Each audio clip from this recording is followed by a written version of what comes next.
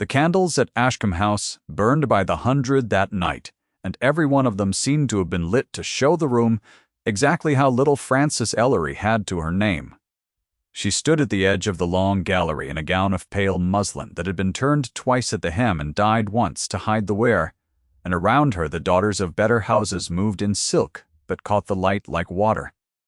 She had come because her aunt required it.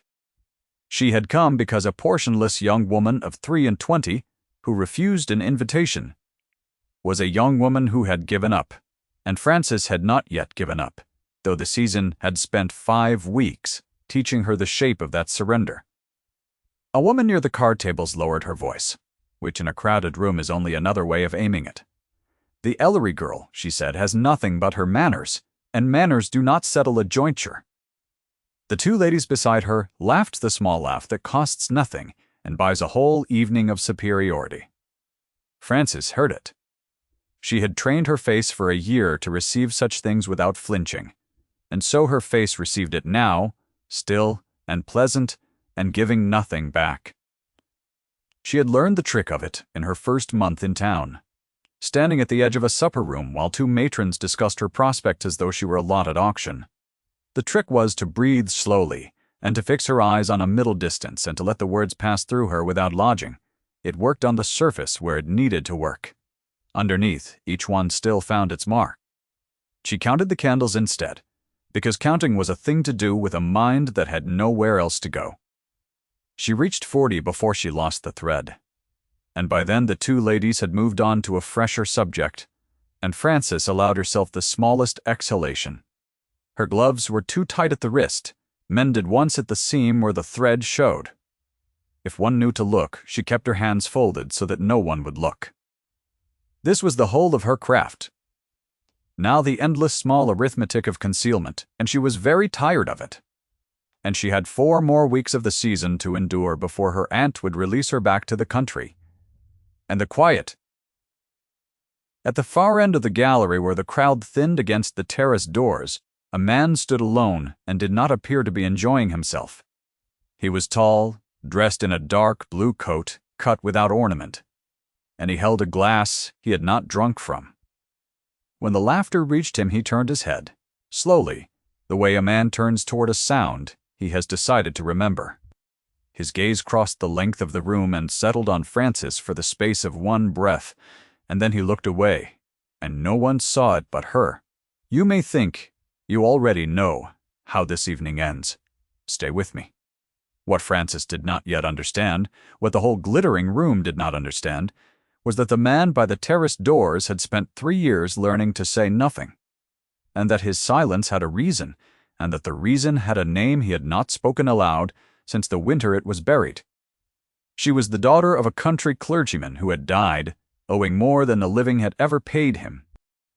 He had been a gentle, unworldly man who gave away what he did not have and preached forgiveness of debts to a congregation that took the sermon more literally than he could afford. Frances had loved him without reservation and had spent the years since his death discovering, item by item, the cost of that love in a world that kept its accounts. Her mother had followed him within the year, worn thin by the arithmetic of grief, and Frances had watched her go the way one watches a candle gutter, slowly and then all at once, and had been left at 21 with a box of books, a small worn miniature of her father painted the year she was born, and no money at all. She had been sent to her aunt in town, Lady Marbury, who took her as one takes in a draught from a window one cannot afford to glaze. There was a roof.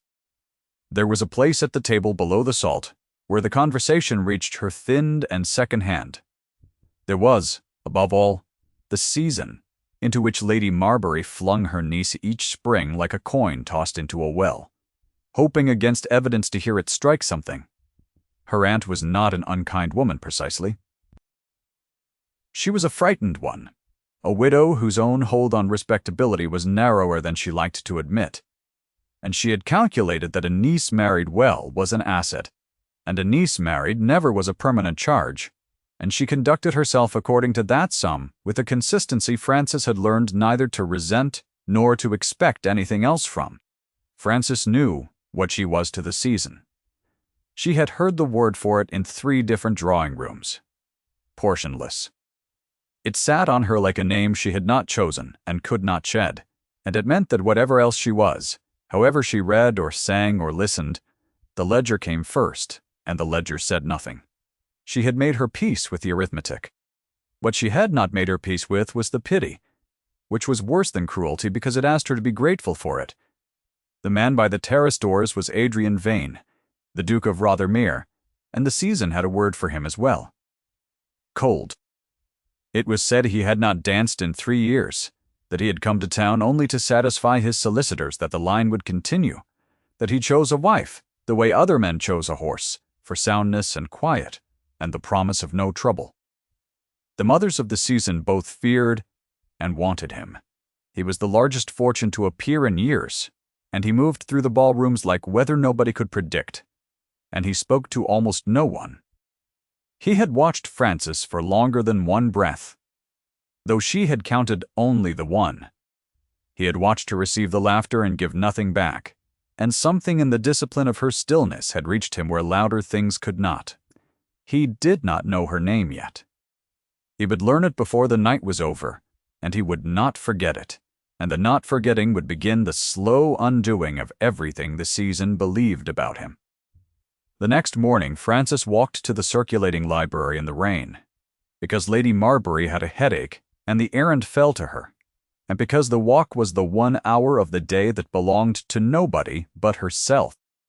She wore a mantle that had been good once and was now merely warm, and she held the returned volumes against her to keep the damp from them, and she did not see the carriage until it had already stopped. A small figure had darted from the library door into the street, a boy of perhaps 6, laughing, chasing a hoop that had got away from him. The hoop rolled bright and quick over the wet cobbles, gathering speed on the slope toward the crossing, and the boy ran after it with his arms out and his whole face given over to the chase, seeing nothing but the thing he wanted. Frances saw the carriage before he did.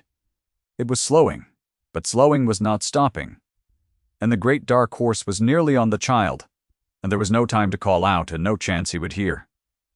Frances did not think. Thought would have been too slow.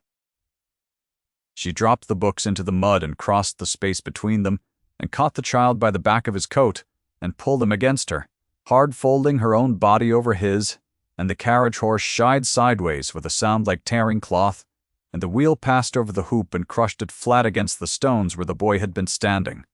Half a breath before, the wooden ring splintered under the iron rim. Frances felt the wind of the wheel against her skirts. For a moment she simply held him, both of them, down in the wet, her heart going so hard she could hear it in her own ears. Then she set him back a little to see him. The boy stared up at her, more startled than frightened, his cap gone and his dark hair plastered to his forehead, and Frances knelt in the wet street with the cold soaking through to her knees and held him by both shoulders and asked quite steadily whether he was hurt. He shook his head. She asked where his people were, and he looked around as though he had only just remembered. He had any. And then a woman was there, a nursemaid, white to the lips, gathering the child and pressing him to her, and thanking Frances over and over in the broken way of someone who has just seen the worst thing in the world not happen. Frances told her the boy was, well, that no harm was done, that she must not distress herself in front of him. She gathered her ruined books from the mud and wiped them as best she could against the one dry corner of her mantle, and she went in out of the rain and thought no more of it than that she had done what anyone would. She was wrong about that. Not everyone would. And one person had seen the whole of it from the window of the stopped carriage, and had recognized her, and had not said a word. The child was called Henry, and he was the ward of the Duke of Rothermere. The son of the friend Adrian had failed to save. That was the wound, and it lived where Frances could not see it. 3 years before, Adrian had ridden out with his closest friend against the friend's own better judgment, on a matter of family honor that in the cold light after had proved to be no matter at all, and his friend had taken a fall on the return and never risen from the fever that followed. Adrian had promised the dying man one thing, that the boy would want for nothing, and he had kept the letter of it with a discipline that frightened his household.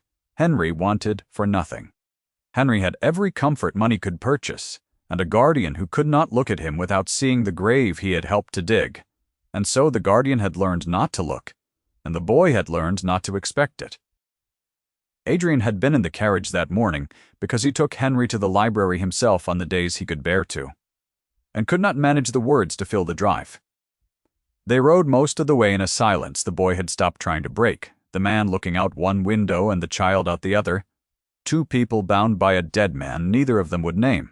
That was the shape of the household. That was the shape of every day in it. Adrian provided and did not touch, watched over, and did not warm, and told himself that the wall he kept between his heart and the child was mercy, because a boy could not be failed by a man who kept nothing back to fail him with. He had seen a young woman in a worn mantle drop everything she carried, and put her own body between a wheel and a child who was not hers, without a heartbeat of calculation, and he had sat frozen in the stopped carriage, while a stranger did in one instant the thing he had been failing to do for 3 years. He had watched her kneel in the mud and hold Henry by the shoulders, and speak to him steadily until the fright went out of the boy's face, and he had seen Henry look up at her, the way children look at the people who make the world safe again, and something in Adrian's chest had turned over so hard it nearly hurt. He did not go to them.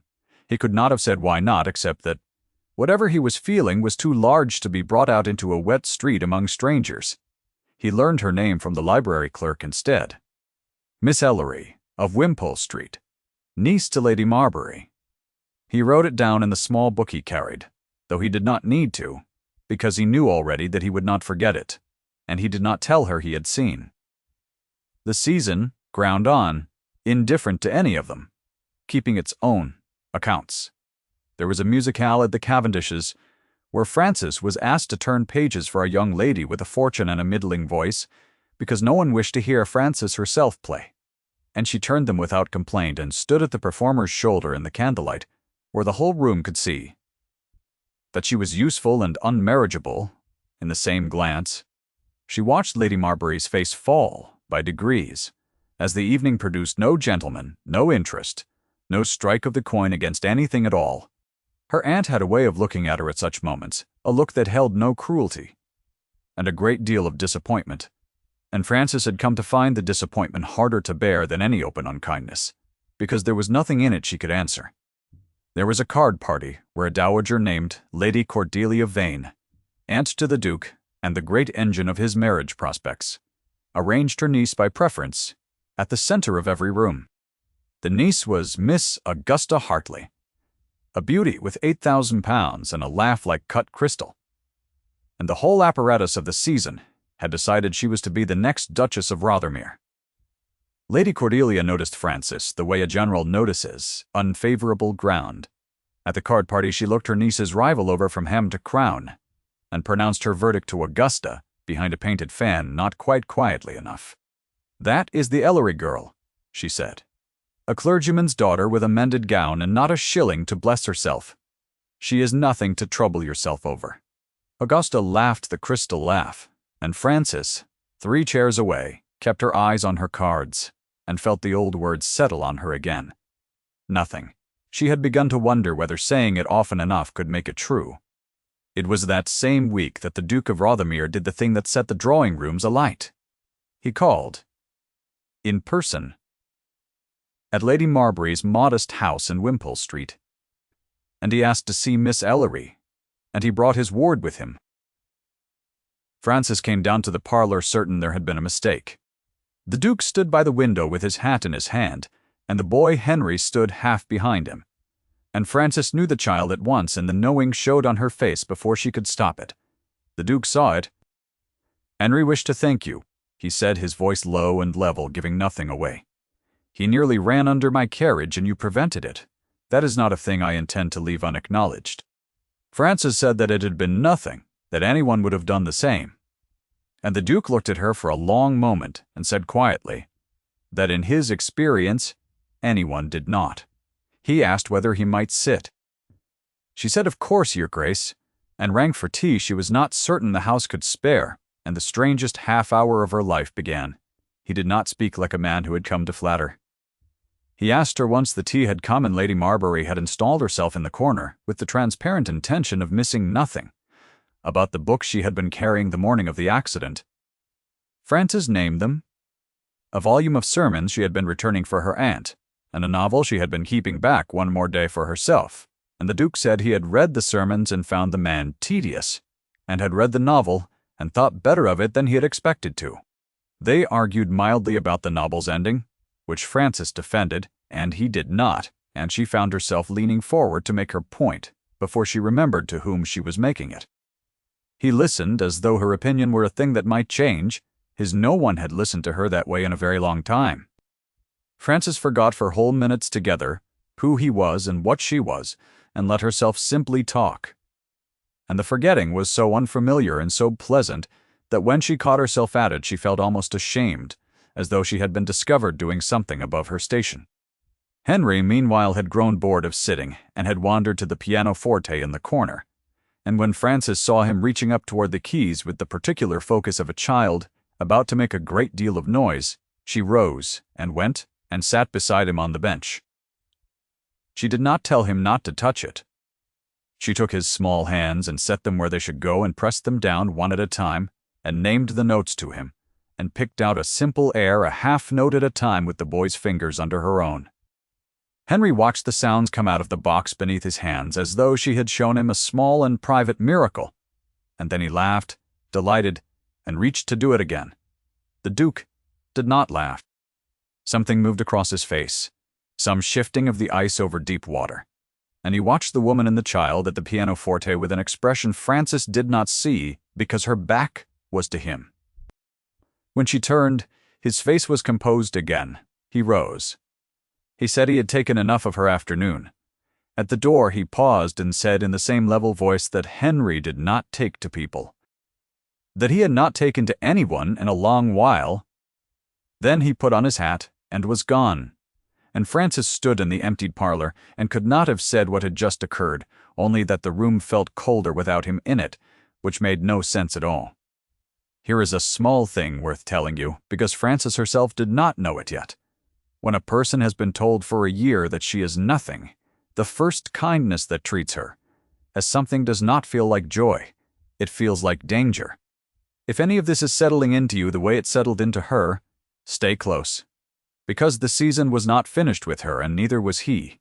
The calls continued which the season could not ignore and would not forgive. The Duke of Rothermere took Miss Ellery driving in the park at the fashionable hour, in full view of everyone who had ever called her Portionless, and he did it not once, but 3 times. He sent no flowers, made no speeches, offered no word that could be repeated as a promise. He simply appeared, and drove, and talked, and returned her to Wimpole Street, and the whole of society revolved around the mystery of what the Duke of Rothermere could possibly want with a clergyman's penniless daughter. Lady Cordelia knew what he wanted, or believed she did. She believed her nephew had taken up a charitable amusement, a wounded man's passing tenderness for the girl who had saved his ward, and that it would pass as such things passed, and that in the meantime the connection must be managed before it did damage to the arrangement with Augusta, that she had spent a season building. She called on Lady Marbury. She was gracious, in the way of a woman doing something distasteful, for the good of everyone. She hoped, she said, that dear Miss Ellery was not reading too much into the Duke's kindness. Yeah! His Grace was a man of deep feeling, imperfectly expressed, and it would be a shame if a sensible young woman mistook a guardian's gratitude for something it was not. Lady Marbury, who wanted nothing so much as to be on the right side of a duchess, agreed with everything, and repeated all of it to Frances the moment the door closed. Frances listened, and thanked her aunt, and went up to her small cold room and sat on the edge of the bed for a long time with the miniature of her father in her hands, turning it over and over. She told herself Lady Cordelia was right. She told herself she had known all along that a man like that could not mean anything by it, that she had let herself be foolish, that the danger she had felt on the first afternoon was real, and she had been right to feel it. She was very good at this argument. She had made it to herself many times, about many smaller things, about every kindness she had ever been shown since her father died, and it had always held, because it was safer to expect nothing than to want something and lose it. The argument did not hold as well as it once had, and she was honest enough with herself to know why. The Duke had not spoken to her as a man speaks to a charity. He had disagreed with her about a novel. He had watched her teach his ward to play 3 notes and had gone quiet in a way that was not the quiet of boredom. And on the drives in the park he had told her things about himself in pieces, a word here and a silence there, that a man does not give to someone he means to set down when the amusement passes. She did not know what to do with any of it. She only knew that the word she had worn all season, the word Lady Cordelia had used again in her aunt's parlor without ever quite saying it, was becoming harder to believe, and that its loosening frightened her more than its weight ever had. For his part, Adrian had spent those same weeks in a state he did not have a name for, and would not have used if he had. He had come to town to choose a wife the way he had described it to his solicitor, soundly and without trouble, and he had found instead that he arranged his days around a house in Wimpole Street. He found that Henry asked when they would see Miss Ellery again, and that he himself did not correct the boy's assumption that they would. He found that the discipline he had built over 3 years, the great stone wall behind which he kept the grief and the guilt and the promise he could not fulfill, had developed a single narrow gap, and that a woman in a mended gown kept walking through it as though it were a door. He knew what his aunt intended.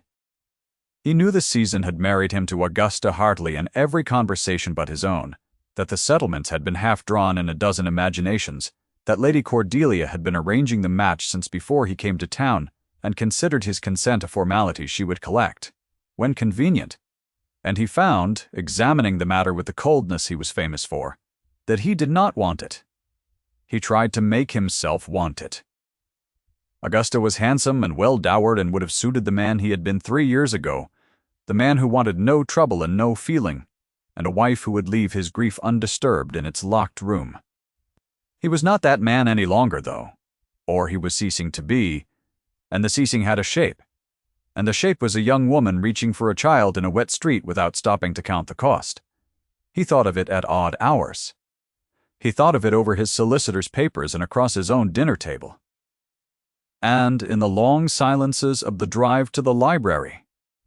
A woman who owned nothing the world would count had thrown herself between iron and a child who could give her nothing in return, and had knelt in the mud to steady the boy's fright before she thought of her ruined books or her wet skirts, or the fact that no one had thanked her. That was worth more than £8,000. That was worth more than the whole of the season's ledger. He had spent 3 years believing that the safest way to keep a promise was to feel as little as possible, and a penniless clergyman's daughter had shown him in a single instant that he had understood the promise exactly backward. The blow, when it came at the Rothermere ball itself, which Lady Cordelia had arranged as the season's great set-piece and the stage on which Augusta's future would be settled. Francis had not expected an invitation. It arrived nonetheless in the Duke's own hand, and Lady Marbury nearly wept over the coup of it and spent money the household did not have on a new gown.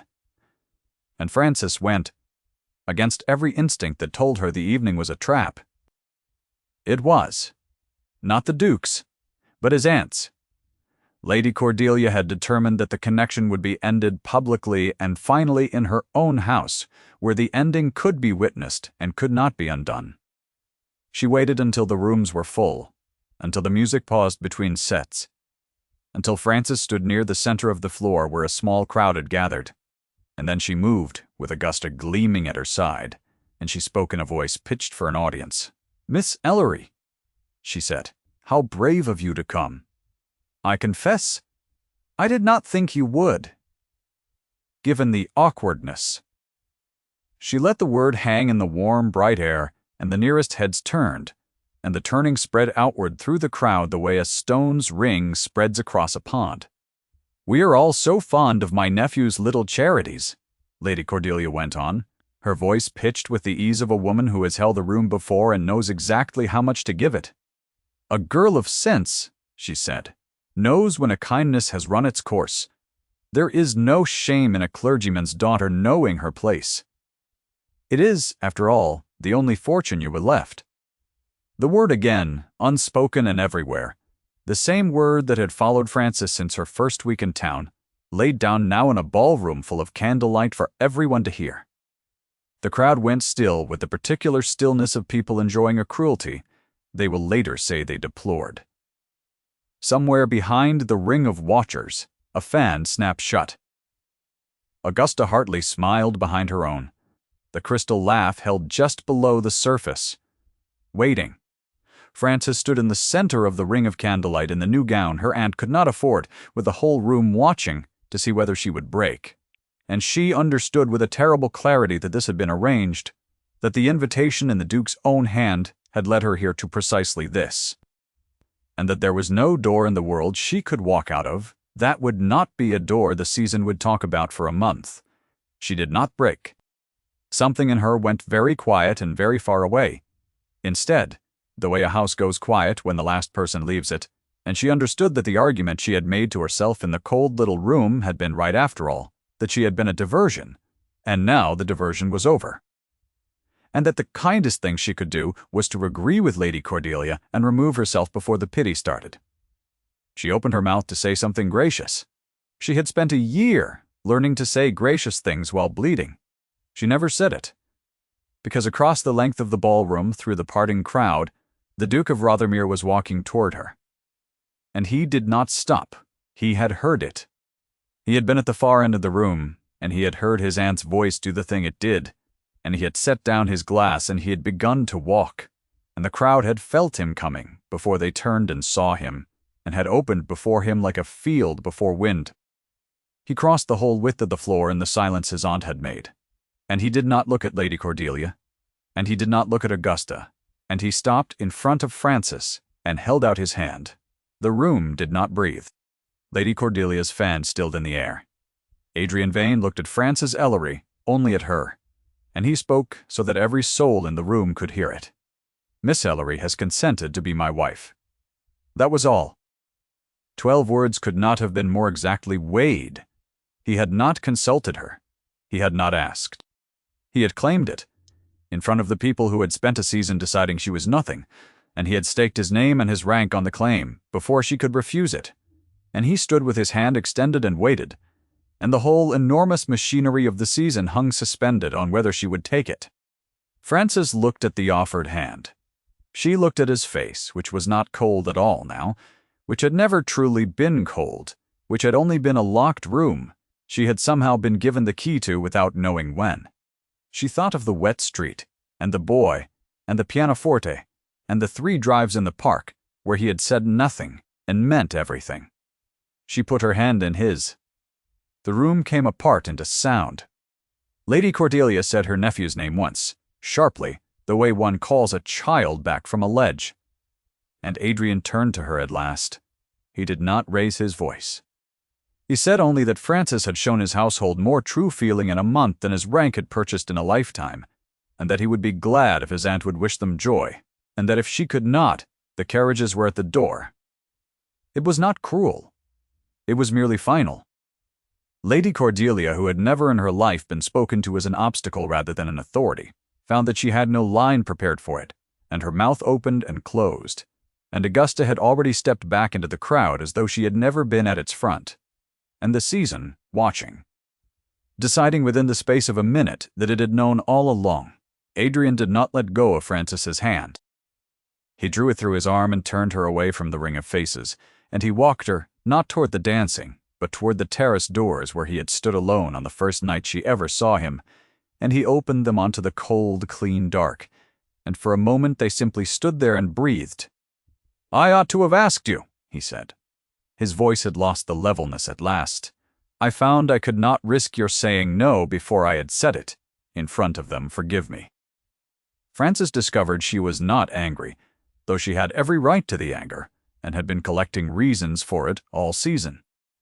She said that he had claimed her in front of the whole of London before he had so much as told her he cared for her, and that it was the most arrogant thing any man had ever done in her hearing, and that she would like, if he did not object, to hear the other part now, the part he had left out. And Adrian, Duke of Rothermere, who had not danced in 3 years and had not wept in longer, looked at the woman in the twice-turned gown and told her the part he had left out. He told her about the friend and the fever and the promise he could not keep, about Henry and the grief he had been unable to give the child because he could not look at him without drowning. He told her that he had watched her put her body between a wheel and a boy who was nothing to her, and had understood in that moment that he had been keeping a promise the wrong way for 3 years, guarding a life instead of loving it. He told her that she had walked into a room in his house, and a child who had not laughed in a year had laughed, and that he had stood behind her and felt the ice go out of him, and had been afraid of it, and had driven her in the park 3 times because it was the only way he knew to be near her without saying any of this. And then he said the rest plainly, because he had run out of ways not to. "I want you," he said. "Not for Henry. Not for the household. For myself," which I had thought was a thing too broken to want anything. "I have been cold for 3 years, because it was safer than the alternative. You are the alternative. I would rather be undone by you than safe without you." Frances stood in the cold with her hand still in his, and found that the word she had worn all season had come loose at last and fallen somewhere in the dark behind them. She was not nothing. She had never been nothing. She had simply been standing in a room full of people who counted the wrong things, and one man had crossed the whole of it to count her differently. She reached up and laid her hand against his jaw, which was not carved stone at all but only a man's face gone warm under her fingers, and she told him that she had been afraid of him from the first night, because he was the first person in a year who had looked at her as though she were real, and that being real was more frightening than being nothing, and that she did not intend to be afraid of it any longer. He turned his face into her palm. He did not kiss her then, not with the ballroom's windows bright behind them, but he brought her hand to his mouth and held it there, and it was more than a kiss, and they both knew it.